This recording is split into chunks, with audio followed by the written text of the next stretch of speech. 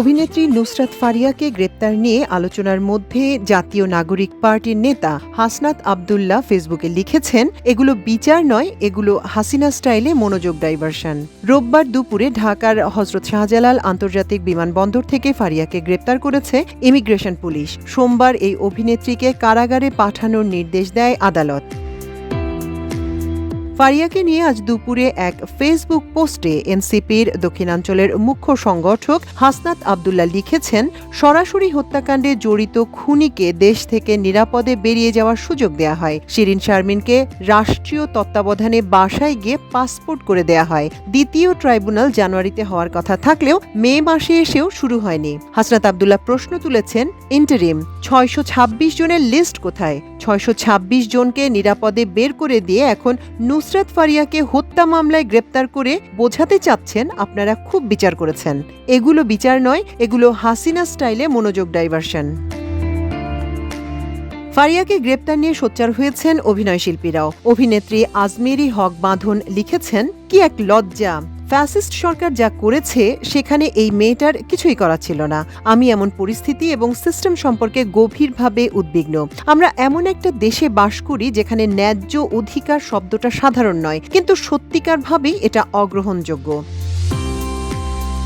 ছোট পর্দার অভিনেতা খায়রুল বাশার লিখেছেন, তিনি অভিনেত্রী, তার কাজ অভিনয় করা। কোনো গল্পে যে চরিত্রটা পাবেন সে চরিত্রের যথাযথ প্রকাশ সে করবেন, এটাই তার কাজ। আমার ধারণা তিনি রাজনীতি সচেতনও না, এমনকি তিনি কোনো রাজনীতিও করেন না, এমনকি বিটিভিতে গিয়ে মায়াকান্নাও করেননি। তাহলে একটা সিনেমায় অভিনয় করাকে কেন্দ্র করে কেন এই হেনস্থা? সেখানে কেউ রাজনীতি করতে যাননি।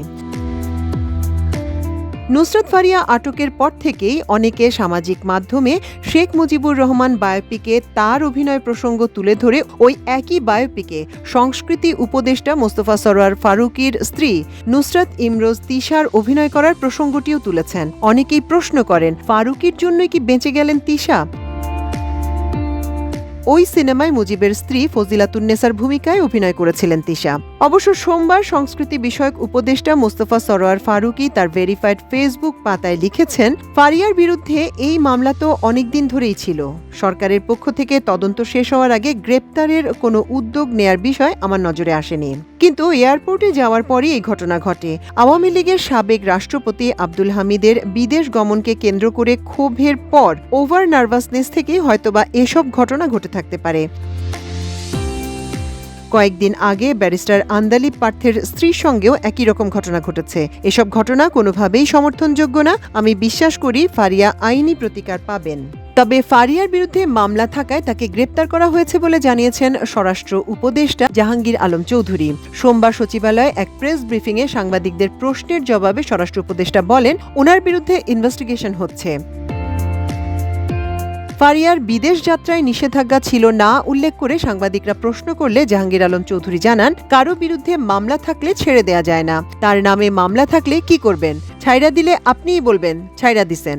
বিদেশ যাত্রায় নিষেধ আছে কিনা তার একটা পলিসি আছে বলে মন্তব্য করেন স্বরাষ্ট্র উপদেষ্টা। তিনি আরও বলেন, সংস্কৃতি বিষয়ক উপদেষ্টা যে মন্তব্য করেছেন ফারিয়াকে নিয়ে সেটা তার একান্তই ব্যক্তিগত মতামত। মাল্টিমিডিয়া ডেস্ক, আমার দেশ।